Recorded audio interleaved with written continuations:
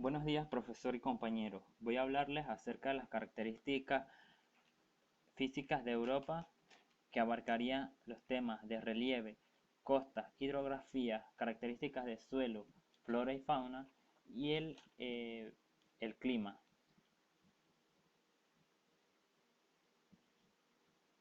El relieve de Europa. Europa es uno de los continentes que conforman el supercontinente euroasiático en la parte occidental. El continente europeo tiene un territorio bastante llano con altura promedio de 230 metros y máximas expresiones de montaña de más de 2000 metros.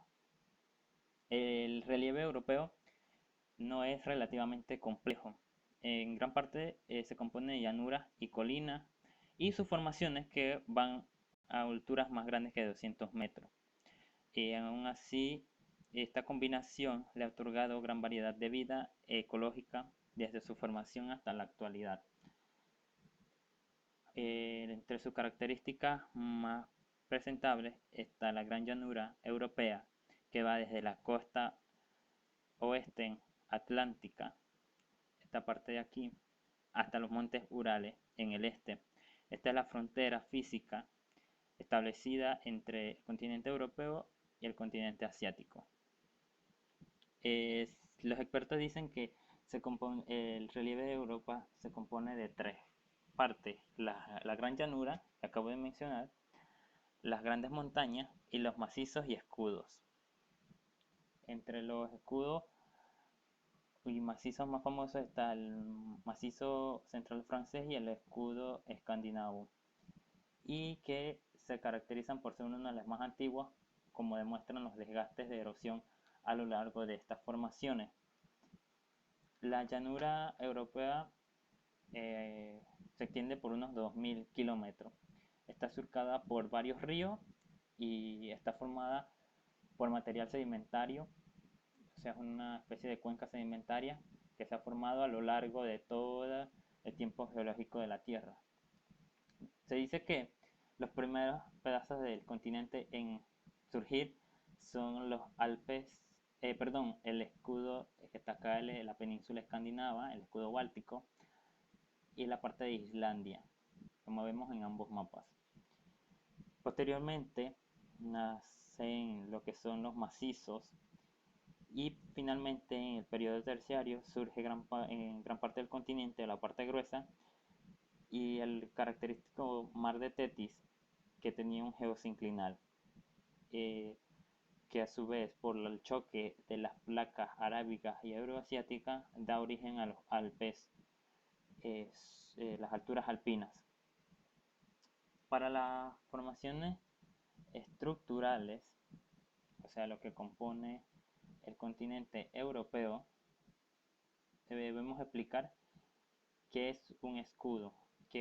El escudo es una región continental constituida por rocas formadas en el Precámbrico. Son las más antiguas de la corteza terrestre y desde sus orígenes han permanecido estables y conservado su rigidez. Una meseta es una combinación entre montañas y llanuras, a más de 500 metros sobre el nivel del mar. Tiene planicies extensas y elevadas que deben su origen a movimientos tectónicos. Los macizos provienen de la palabra de massif, para referirse a una gran montaña, a una gran masa montañosa o un grupo compacto de montañas, y que se conectan de una forma de una porción independiente de tierra. El más característico es el macizo central francés. Entre las formaciones morfoestructurales del continente está el macizo central francés, el que acabo de mencionar. Los expertos dicen que se componen de montañas y meseta, que tiene piedra caliza y que es un suelo bastante pobre y ácido. Tiene volcanes y un clima húmedo. Por lo general, el humano lo usa para pastoreo de animales, es más una región rural. Pero actualmente, eh, por su suelo, él antes no tenía una gran vegetación en la cima. Pero los expertos dicen que actualmente ha ido creciendo esta vegetación y la presencia de animales por la baja presencia humana y que por los distintos cambios que ha habido, y que ya se le considera no llamarle la calva europea. El macizo ibérico, o sea, en la península ibérica, se compone de varios materiales del Precámbrico y del Paleozoico, esta parte que está aquí, la meseta central ibérica. Dice que se formó por el choque de Laurasia y Gondwana. Bueno, se recogió todos esos materiales y cuando surge, entonces se forma lo que es la meseta y que actualmente para su estudio está dividida en 6 regiones. Luego está la península escandinava y que ocupa parte del escudo báltico en el norte. Es un largo segmento de tierra, uno de los más largos de Europa, que tiene rocas muy antiguas, metamórficas y cristalinas, eh, y que en ellas se encuentran los Alpes escandinavos. Esta imagen de aquí representa los Alpes de la parte del sur, los Alpes suizos. Las costas. Europa tiene más de 43 kilómetros de costa, casi ningún territorio deja de sentir la influencia del mar. Los mares han sido vital para la comunicación y desarrollo humano. Una característica de Europa es que tiene gran presencia marina.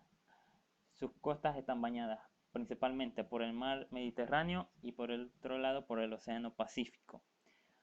Se caracteriza también por tener costas bastante recortadas, por la influencia de la brisa marina, de la acción del agua y del mar principalmente. ¿Qué quiere decir? Es esto que vemos aquí, son costas bastante recortadas y erosionadas por las acciones de la tierra. Posee dos tipos de costas, costas altas y costas bajas. Y la mayoría de los países posee una salida directa al mar y es de gran importancia para su desarrollo, tanto económico como cultural. Vamos a explicar los tipos de costas que acabo de mencionar.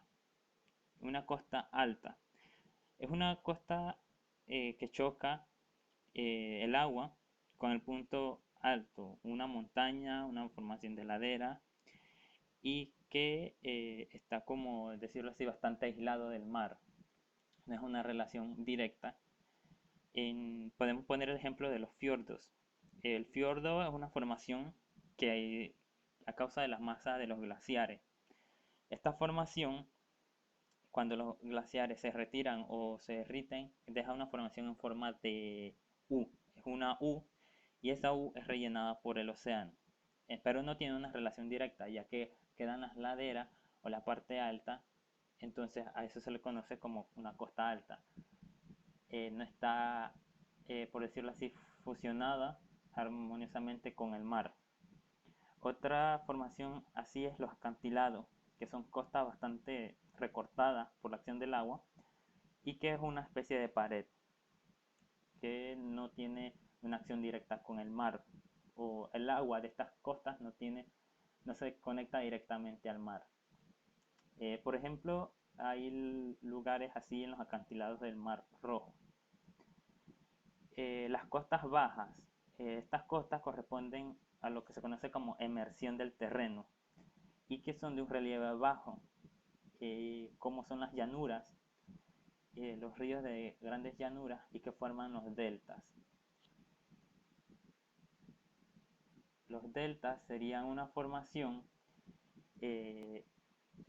gracias a la sedimentación en la desembocadura de los ríos y que crean pequeñas islas o isletas con varios canales de agua que se conectan entonces a la salida del río y con la unión del mar. Es una especie de unión más armoniosa porque es una costa baja que está a nivel del mar. Vamos a mencionar algunos accidentes costeros y explicarlos. ¿Qué es un golfo? El golfo es un accidente geográfico que consiste en una parte del mar o del océano que se sitúa entre dos cabos, con gran extinción marina y con tierra por todas partes. Un cabo es una formación de masa de tierra que se proyecta hacia el interior del mar. Una península es una extensión de tierra que está rodeada de agua por todas partes excepto por una zona o istmo que la une al continente. Las penínsulas más importantes o más sobresalientes de toda Europa serían la península escandinava, la península de Kola, la de Kanin, la de Jutlandia, la península ibérica, la itálica, balcánica y Crimea. Los golfos están Bosnia, Finlandia, Vizcaya, León, Génova, Venecia. Entre los cabos está el cabo Norte, el cabo Punta de San Mateo, el cabo Finisterre, el cabo Roca, Gata, Spartivento, Matapán.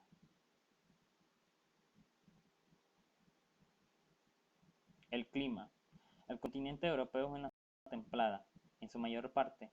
Su clima solo se varía de norte a sur y también de oeste a oeste dependiendo de los vientos polares, marinos, continentales o subtropicales.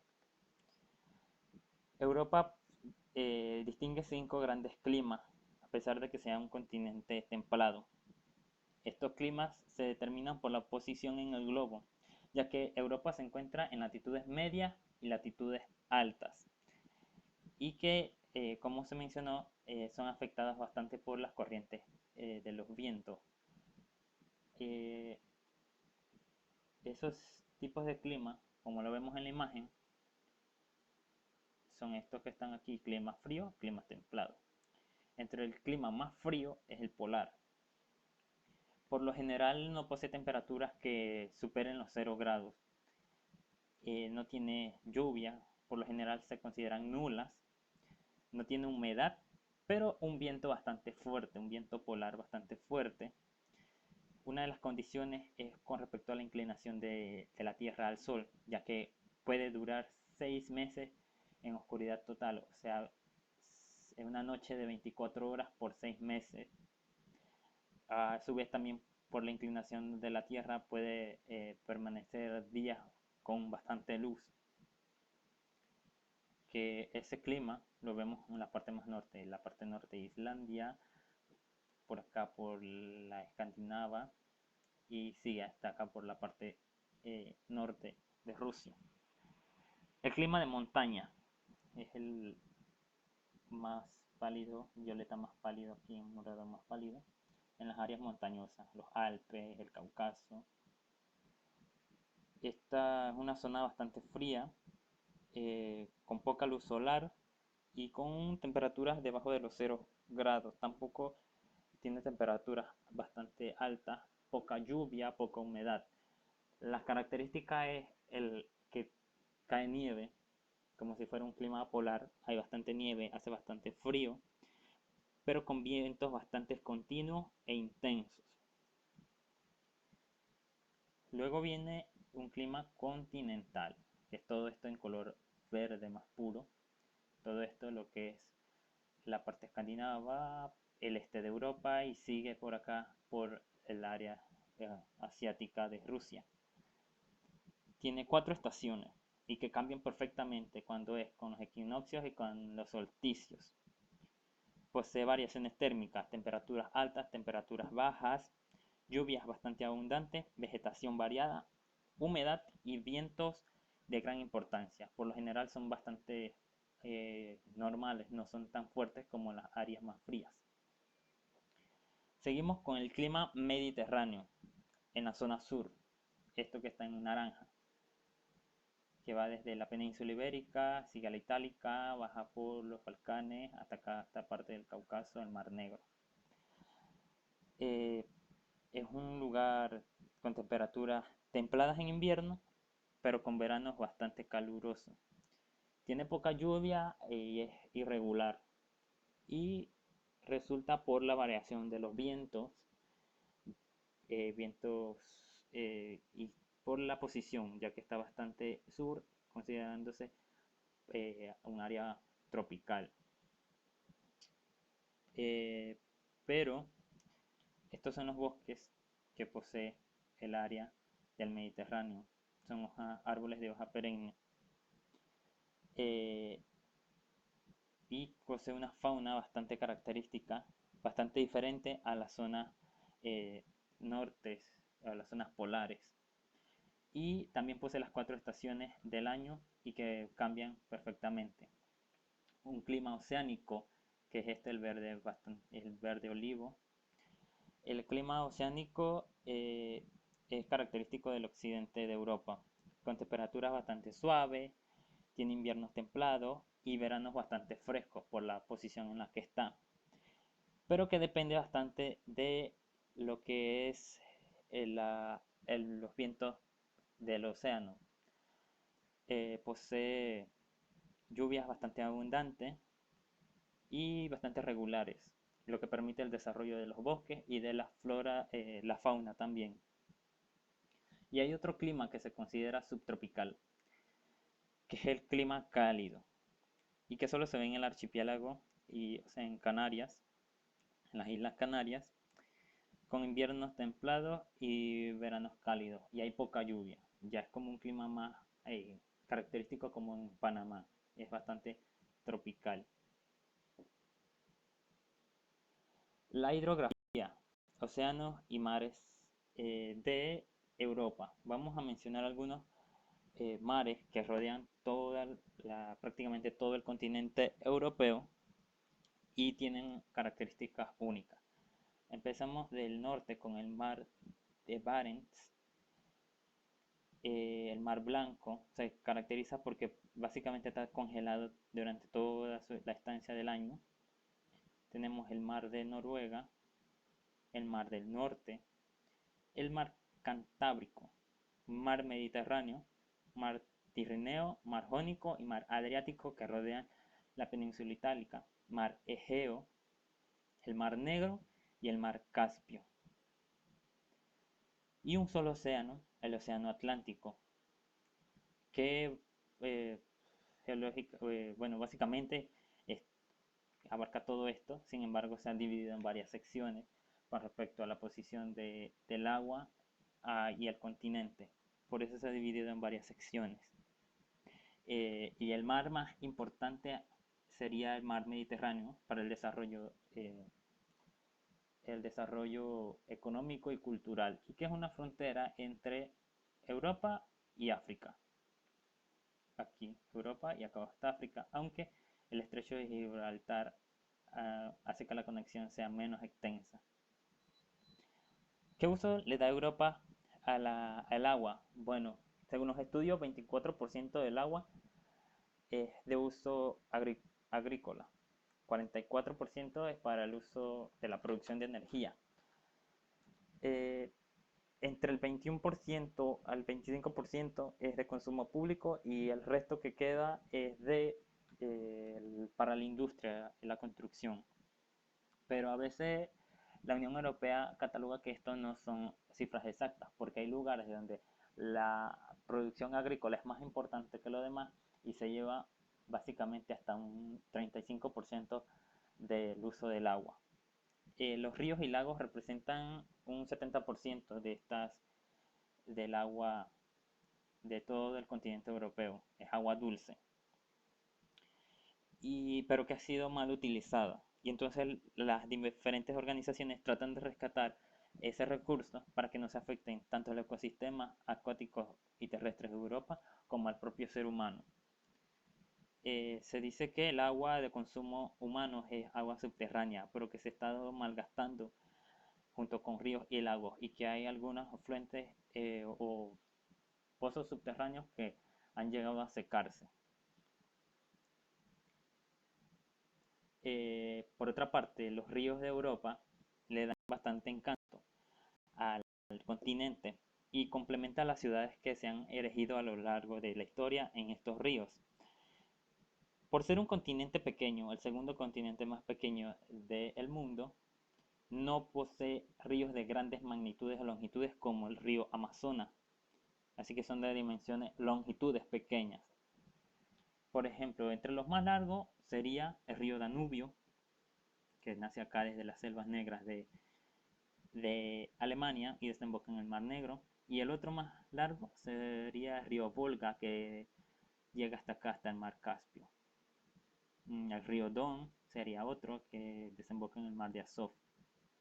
Pero los demás son ríos bastante pequeños, cortos con respecto a la longitud. pero que son bastante importantes para el desarrollo histórico de Europa, como es el río Tajo, el río Ebro, el Loira, Támesis, Rin, el Elba, el Oder, el Danubio, el río Don. Y aquí tenemos la vertiente ártica, o sea, la vertiente del norte, esta área de acá, todos los ríos que desembocan en el mar Blanco, en el mar de Barents. La vertiente atlántica, o sea, que va al mar, al océano Atlántico, mar del norte o mar Báltico, perdón, que desemboca todo esto acá. Las vertientes del Mediterráneo son las que están como en color lila, que van los ríos que van a desembocar en este mar.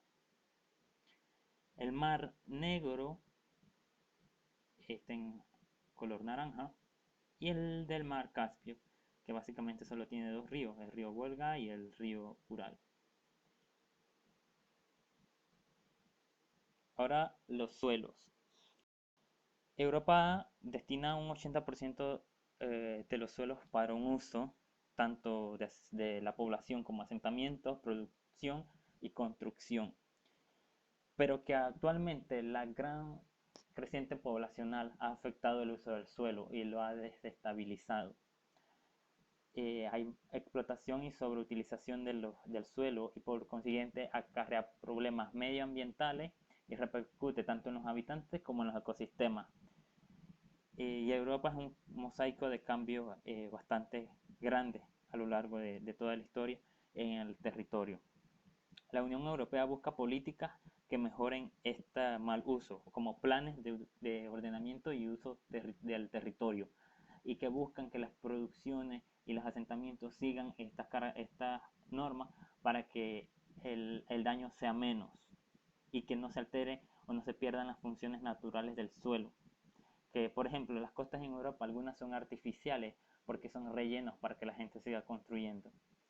Y esto hace que los bosques, los ecosistemas, los ríos y lagos comiencen a morir también por la sobrecontaminación.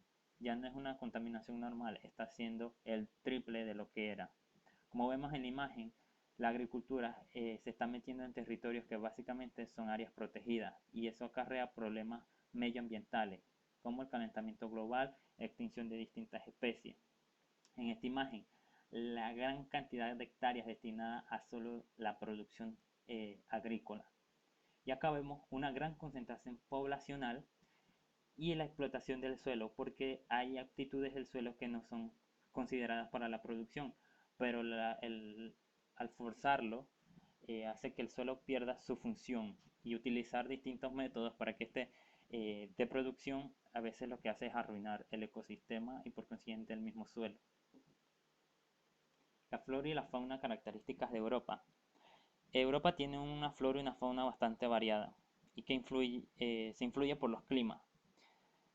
Aunque los expertos dicen que en el pasado había bastante eh, variedad más que ahora, aún quedan bastante por ver y bastante por proteger al ataque humano. El continente tiene una gran diversidad de especies animales, como vemos aquí en el mapa, que van en cada zona biogeográfica donde se ha podido desarrollar con respecto al clima, a lo que necesite él para sobrevivir, pero que ha sido afectado bastante. Por ejemplo, la parte de los océanos con las gaviotas y las focas han tenido que buscar nuevas formas de alimentarse o lugares donde emigrar porque la acción humana los afecta bastante. Por ejemplo, los osos polares han tenido que bajar desde el norte a buscar comida en áreas más templadas porque el calentamiento global los está asesinando poco a poco. También están las praderas. Las praderas se caracterizan por los habitantes animales como los yaks, el bisonte europeo, que es este que tenemos aquí, el gato salvaje, el lobo europeo, oso pardo y también están los, las aves, como son los búhos, las águilas, los gansos, patos y carpinteros. y el hombre ha avanzado y destruido todo su hábitat. Con respecto a la flora, actualmente Europa enfrenta un cambio ecológico bastante grande que afecta los ecosistemas y que año tras año se han visto reducidos estos hábitats. Y en el caso de los bosques y el caso de la fauna, está viendo reducida al doble cada año y los nichos ecológicos no pueden prosperar.